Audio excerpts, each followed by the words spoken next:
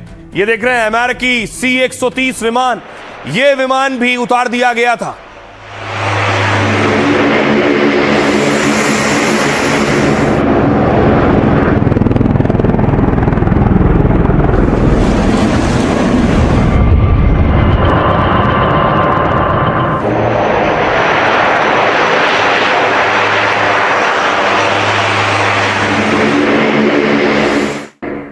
देखिए ट्रंप ने अपने पायलट को बचाने के लिए पूरी ताकत झोंक दी थी। ये आप देख रहे हैं, ये है जॉली ग्रीन हेलीकॉप्टर। अमेरिकी वायुसेना का नया एडवांस हेलीकॉप्टर शामिल हुआ इस ऑपरेशन में।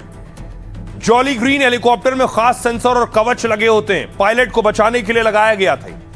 पायलट को दुश्मन और हालात की सटीक जानकारी मिलती है। कॉकपिट का सुरक्षा कवच पायलट को गोलियों से बचाता है। रात और खराब मौसम में ऑपरेशन में माहिर माना जाता है। ट्रंप ने यह भी भेजा ब्लैक हॉक हेलीकॉप्टर। ईरान की गोलीबारी के बीच कर्नल को निकालने में ब्लैक हॉक लगाया गया। तेज रफ्तार हेलीकॉप्टर दुश्मनों के हमले से बचने में माहिर होते हैं। इसके अलावा A-10 बचाव में उतरे कमांडो को हवाई सुरक्षा मुहैया कराई इसने। रेस्क्यू के दौरान ईरान की जमीन पर कमांडो पर हमला ना हो, A-10 फाइटर जेट ने ईरानी सेना और उनके हमलों से बचाया है। F-35 विमानों ने ईरान को हमले के खतरे में उलझाए रखा। ईरान खतरनाक F-35 से निपटने की रणनीति बनाता रहा। यह रडार की पकड़ में नहीं आता, इसलिए इसे रोकना मुश्किल था। ईरान को लग रहा था कि F-35 कोई बड़ा हमला करने वाला है। F-35 की आड़ में अमेरिका के जवान फौरन रेस्क्यू में जुट गए और C-130 उतार दिया। बचाव दल को वापस लाने के लिए इन विमानों का इस्तेमाल किया। अमेरिका ने कुछ खास कमांडो भी C-130 विमानों से भेजे थे। खबर है कि ईरान के हमले से उसके 2 विमानों को नुकसान पहुंचा है। वो वापस आने की हालत में नहीं थे तो अमेरिका ने उन्हें तबाह कर दिया। यह दावा अमेरिका कर रहा है। सुनिए जरा अब व्हाइट हाउस की प्रवक्ता क्या कह रही है। Iran's ballistic missile and drone. Iran में गिराए गए अमेरिकी जेट के क्रू मेंबर्स को अमेरिकी सेना ने सुरक्षित बचा लिया है। रेस्क्यू मिशन को अंजाम देने वाले सैनिकों पर देश को गर्व है। हमें अपने राष्ट्रपति ट्रंप पर भी गर्व है। ये ऑपरेशन अमेरिका की सैन्य क्षमता और एयर डोमिनेंस को दर्शाता है। ट्रंप के नेतृत्व में हम ऐसी ही कामयाबी हासिल करेंगे और दुश्मन की हर चाल नाकाम कर देंगे। Combat flights thus far. अब देखिए जरा, फाइटर तो भेज दिए ट्रंप ने, विमान भेज दिए, एयरक्राफ्ट भेज दिए, लेकिन ईरान की मिसाइलों से बच नहीं सके। ये तस्वीर देख रहे हैं, A-10, ईरान ने A-10 मार गिराया है। ये तस्वीरें ईरान ने जारी की।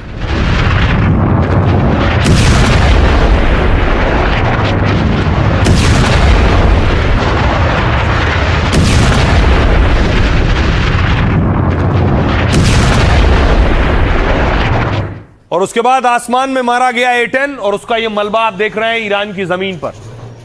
A-10 पूरी तरह से कबाड़ बन चुका है।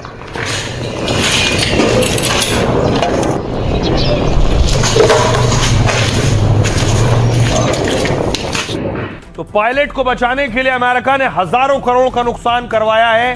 अपने फाइटर्स और अपने कई विमान तबाह करवा लिए। तस्वीर में आपको दिखाऊं, देखिए जरा, ये मलबा है, ये उन विमानों का मलबा है जो बचाने के लिए भेजे गए थे। जहां तक नजर जाएगी आपको मलबा ही मलबा नजर आएगा। C-130 विमान का मलबा है।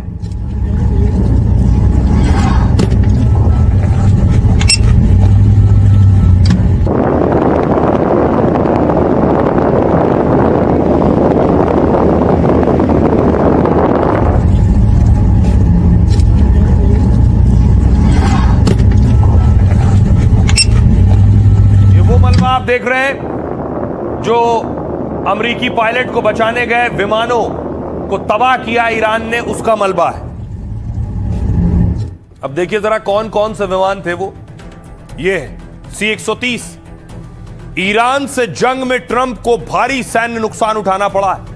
ईरान का आसमान अमेरिकी विमानों के लिए कब्रिस्तान बन गया। 48 घंटे में उसके आधा दर्जन जेट, हेलीकॉप्टर और ड्रोन मार गिराए। ईरान का दावा है कि अमेरिका के C-130 विमान को मार दिया है। इस्फहान में ईरानी सेना ने 700 करोड़ रुपए के अमेरिकी विमान को मार गिराया। C-130 हरकुलिस अमेरिका का भारी भरकम मालवाहक विमान है। यह करीब 100 सैनिक और भारी हथियार उपकरण ले जा सकता है। यह विमान मिट्टी, रेत, घास और कच्चे रनवे पर भी उतरने में सक्षम है। तस्वीर भी मैंने आपको दिखाई, कच्चे में उतरा था। खबर है कि ईरान में लापता पायलट की तलाशी मिशन में यह विमान भेजा गया। तभी ईरान की police commando unit Faraj rangers ने C-130 तबाह कर दिया है। इसके अलावा ब्लैक हॉक, ईरान ने अमेरिका के 2 ब्लैक हॉक हेलीकॉप्टर भी मार दिए। अमेरिका ने पायलट बचाओ मिशन में ही इन हेलीकॉप्टर्स को भेजा था। ब्लैक हॉक दुनिया के सबसे भरोसेमंद हेलीकॉप्टर में गिने जाते हैं। ये हवाई हमलों, बचाव और स्पेशल ऑपरेशन में माहिर होते हैं, लेकिन इस तरह से तबाह कर दिए गए। 4000 फीट ऊंचाई पर 250 किलोमीटर प्रति घंटे की रफ्तार से उड़ सकते हैं। Black hawk laser guided missile, rocket और खास गन से लैस होते हैं। एक ब्लैक हॉक की कीमत है करीब 200 करोड़ रुपए बताई जाती है। इस तरह ईरान ने 400 करोड़ रुपए के अमेरिकी हेलीकॉप्टर मार गिराए। MQ-9 ड्रोन, ईरान ने अमेरिका के खतरनाक MQ-9 ड्रोन को भी तबाह किया है। तकनीक और सेंसर की वजह से ये दुनिया के सबसे खतरनाक ड्रोन कहलाते हैं। 50,000 फीट की ऊंचाई और लगातार 30 घंटे तक उड़ान भरने में सक्षम है। ये ड्रोन हेलफायर मिसाइल और बंकर बस्टर बम भी साथ ले जा सकते हैं। एक MQ-9 रीपर ड्रोन की कीमत है करीब 280 करोड़ रुपए।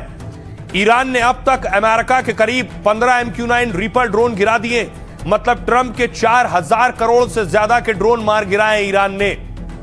यह बहुत बड़ा झटका है अमेरिका के लिए। आइए अब आपको बताऊं, ईरान के पत्रकार उस जगह पर मौजूद थे जहां अमेरिकी विमान ढेर किए गए। उनकी रिपोर्ट देखिए।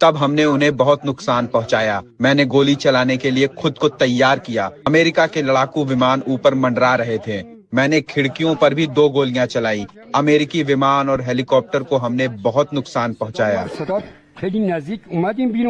देखिए, खाड़ी में डेफिनेटली तनाव बढ़ रहा है। तनाव बढ़ ही नहीं रहा, तनाव है वहां पर इस समय। जहां तक ट्रंप ने जो बात कही कि इनके जो 1 या 2 एयरक्राफ्ट गिरे हैं आज या कल में, उसने ये कहा कि फर्क नहीं पड़ता, कुछ जंग जारी है। बिल्कुल सही बात है। इसका भाई अगर जंग है, बड़ी जंग है, और आप अमेरिका जैसे देश है, आप इतना सारे वेपन्स, इतने सारे एयरक्राफ्ट हैं, तो वॉर में अगर 1-2 एयरक्राफ्ट गिर भी गए तो कोई खास बड़ा फर्क नहीं पड़ता, basically that. But on the other hand इसका असर ऐसे पड़ता है कि दुनिया को दिखता है और ईरान के अंदर भी दिखता है कि ईरान में अभी भी क्षमता है फाइट बैक करने की। अब सोचिए, अमेरिका के लिए बहुत बड़ी बात है और दुनिया के लिए बड़ी बात है किसी का पायलट कहीं फंस जाए और उसे वो देश उठाकर ले जाए। यानी उस देश के लिए उसकी सेना सबसे खास और महत्वपूर्ण है। इस दौरान ट्रंप इस पूरे ऑपरेशन को देख रहे थे, उनकी नजर थी, क्योंकि ट्रंप कई बार कह चुके थे उनके लिए किसी हाल में उनके पायलट को बचाना सबसे ज्यादा खास है। इसलिए ट्रंप ने पूरी ताकत लगा दी, बाकायदा CIA को लगा दिया गया और CIA ने इस ऑपरेशन को आगे बढ़ाया है। आइए आपको बताऊं कि इस ऑपरेशन में CIA ने क्या रोल प्ले किया है। CIA अमेरिका की खुफिया एजेंसी है। अमेरिकी रेस्क्यू ऑपरेशन में जितना योगदान सेना का है और वायुसेना को बचाने में उतना ही अहम रोल CIA का भी है। CIA अमेरिका की एक केंद्रीय खुफिया एजेंसी है, साथ ही जिसकी एक चाल ने ईरान को ऐसे जाल में फंसा दिया है जिसकी वजह से अमेरिका का ऑपरेशन रेस्क्यू आसान हो गया। कैसे मुमकिन हुआ? अमेरिका जब दूसरे वायु सैनिक को बचाने की प्लानिंग कर रही थी, इस ऑपरेशन को राष्ट्रपति ट्रंप भी बहुत नजदीक से देख रहे थे, तभी CIA ने एक अफवाह उड़ाई कि वायु सैनिक को बचा लिया है। यानी CIA ने कह दिया पायलट मत खोजो, हमने तो पहले ही उसे बचा लिया है। ये झूठी कहानी उसने इंटरनेट और खुफिया सोर्सेज और स्रोतों के जरिए फैलाई। मानवीय मदद से ईरान के अंदर जानबूझकर इसे फैलाया गया और कहा कि अमेरिकी बलों ने लापता वायु सैनिक को खोज लिया है और उसे जमीनी रास्ते से ईरान से बाहर भी निकालने वाले हैं। जबकि सच्चाई ये थी कि ध्यान भटकाने के लिए यह मिशन किया गया ताकि ईरान के लोग और वहां की फोर्स के अंदर एक भ्रम फैल सके। मकसद था ईरानी सैनिकों का ध्यान उस क्षेत्र से भटका दिया जाए जहां अमेरिकी सेना वाकई में अपने वायु सैनिक को खोज रही थी। इससे अमेरिका को अपने वायु सैनिक को खोजने में आसानी हुई। अमेरिकी खुफिया एजेंसी ऐसे सटीक ऑपरेशन के लिए ही जानी जाती है। CIA की मदद से ही अमेरिका इजराइल ने अली खमनेई को मारा था और अब अपने पायलट को बचाया। सुनिए जरा डिफेंस एक्सपर्ट यूके देवनाथ साहब क्या कह रहे हैं। अमेरिका ने ईरान को एक प्रपोजल दिया था कि चलो बातचीत का माहौल तैयार करते हैं, 48 घंटे के लिए युद्ध विराम करते हैं।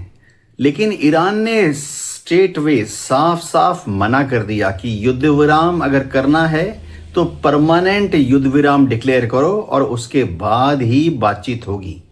क्योंकि ईरान को मालूम है कि अमेरिका हमेशा बातचीत करता है और उसके बाद अचानक युद्ध चालू कर देता है। अमेरिका अपने अस्त्र शस्त्रों को रीपोजिशनिंग के लिए करे। हो सकता है कि अमेरिका के पास मिसाइलें कम हो गई हैं, इजराइल के पास जो आयरन डोम है उसकी इंटरसेप्टर मिसाइलें खत्म हो गई हैं, लेजर गाइडेड बॉम्ब्स खत्म हो गए हैं। अमेरिका और इजराइल दुनिया भर से आर्म्स अम्यूनिशन जो उनके मेनलैंड अमेरिका में है या नेटो देशों में है उसको गल्फ में रीपोजिशनिंग के लिए करें और 48 घंटे के बाद फिर भयंकर हमला फिर से ईरान पर चालू कर दें। अब देखिए जरा, अब ये हमले और बढ़ने जा रहे हैं, जंग रुकने नहीं जा रही है। देखिए अटैक हुआ ऐसे नेताओं पर, ईरान में जो लीडर्स हैं उन पर अमेरिका का यह बड़ा हमला हुआ। ट्रंप ने खुद ट्वीट के जरिए इसकी जानकारी दी।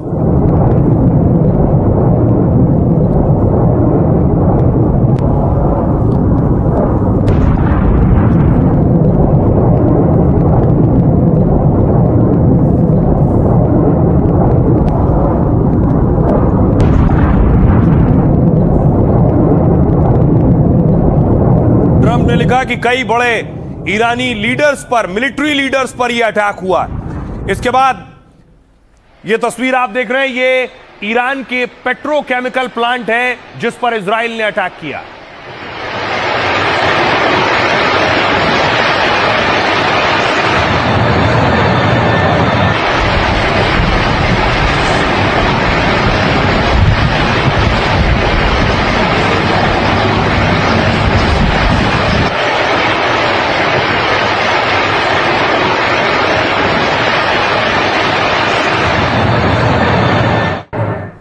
उसके अलावा पहले इजराइल कह चुका है और अमेरिका कह चुका है हम उनके संस्थानों पर अटैक करेंगे। ये तेहरान की यूनिवर्सिटी है, विश्वविद्यालय हैं जो पूरी तरह से तबाह हो गए।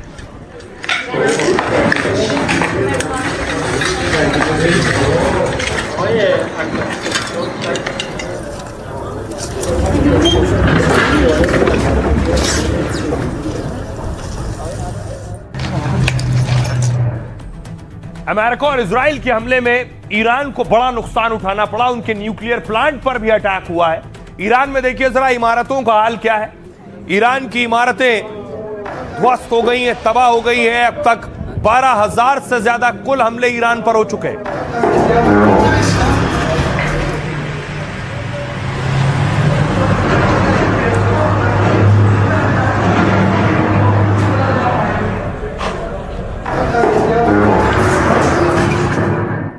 और इसी तरह ईरान का जो न्यूक्लियर प्लांट है बुशर, जिसे पुतिन और रूस ने बनाया है, उस पर भी अटैक हुआ है। बुशर की तस्वीरें, बुशर पर कई बार अटैक कर चुका है।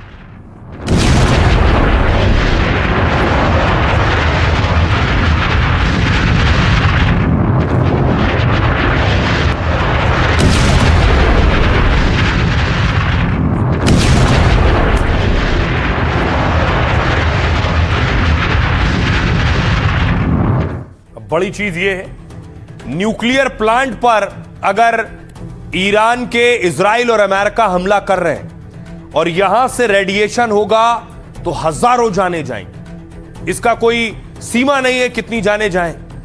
क्या ईरान में सबसे बड़ी परमाणु तबाही होने जा रही है? इस सवाल की वजह ट्रंप का 48 घंटे वाला वो अल्टीमेटम है जिसमें उन्होंने कल ईरान को तबाह करने की चेतावनी दी थी। हो सकता है कि ईरान के परमाणु ठिकानों को ध्वस्त कर दें, क्योंकि अमेरिका बमबारी, मिसाइल और ड्रोन हमले कर चुका है। मगर उसका लक्ष्य पूरा नहीं हुआ तो अब भीषण अटैक संभव है। वैसे भी ईरान के बुशर परमाणु ठिकाने पर 4 बार हमले हो चुके हैं, जिससे भड़के ईरानी विदेश मंत्री अब्बास अराक्ची ने धमकी दी है। कहा इन हमलों से पूरे खाड़ी क्षेत्र के लिए गंभीर खतरा पैदा हो गया है। मिडिल ईस्ट विशेषज्ञ और पूर्व अमेरिकी वार्ताकारों ने भी चेतावनी दी है, अगर बुशर परमाणु दुर्घटना या यहां से रिसाव हुआ तो फारस की खाड़ी के दूसरी तरफ जो देश मौजूद हैं वो सबसे पहले इसकी चपेट में आएंगे। उन्होंने बताया कि रेडिएशन हवा के साथ समुद्र के पानी में फैल सकता है, जिससे वहां के पर्यावरण और लोगों की सेहत पर बहुत बुरा असर पड़ेगा। परमाणु विकिरण यानी न्यूक्लियर रेडिएशन के डीएनए और कोशिकाओं को यह नष्ट कर देगा। रेडिएशन से तुरंत उल्टी, सिरदर्द, बुखार, जलन, बाल झड़ना शुरू हो जाते हैं। लंबे वक्त तक संपर्क में रहने से कैंसर हो जाता है, बांझपन, विकलांगता हो सकती है। इसी डर से परमाणु ऊर्जा एजेंसी के पूर्व चीफ ने ट्रंप को पागल बताया है। संयुक्त राष्ट्र से हस्तक्षेप की अपील करते हुए मोहम्मद अल बरदेई ने कहा कि पूरी ताकत लगाइए, इससे पहले कि यह पागल व्यक्ति पूरे क्षेत्र को आग के गोले में बदल दे। सुनिए जरा defence expert major general Sanjay Soi साहब क्या कह रहे हैं। ईरान के बुशहर न्यूक्लियर प्लांट पर के आसपास लगातार हमले हो रहे हैं, जिसके लिए ईरान भी ये कह रहा है कि इसका असर ईरान के से ज़्यादा गल्फ के बाकी देशों पर पड़े, क्योंकि तेहरान वहाँ से बहुत दूर है। ये ईरान के दक्षिण में पर्शियन गल्फ के साथ फारस की खाड़ी के किनारे पर है और तेहरान से काफ़ी दूर है। और ये बल्कि फारस खाड़ी के पार में जो देश पड़ते हैं, बहरीन हो गया, यूएई हो गया, कुवैत हो गया, सऊदी अरेबिया हो गया, ये काफ़ी पास पड़ते हैं। तो यदि इसमें काफ़ी भयानक हमला होता है, ज़्यादा रेडिएशन हो जाता है, तो समुद्र के पार उन देशों को ज़्यादा खतरा होगा। ईरान का तो तेहरान काफ़ी दूर है, कुछ जगहों पे उनके कुछ छोटे शहरों में पड़ेगा, लेकिन इन इलाकों में जो इतने डेवलप्ड हैं, इतने आधुनिक हैं, वहाँ पर ज़्यादा असर पड़ेगा। लेकिन दूसरी तरफ ईरान भी पीछे हटने को तैयार नहीं है। ईरान ने 96वीं खेप दाग दी है मिसाइलों की। अगली लॉट मिसाइलों की दागी इजराइल पर और अमेरिकी ठिकानों पर, एक के बाद एक ये घातक मिसाइलें।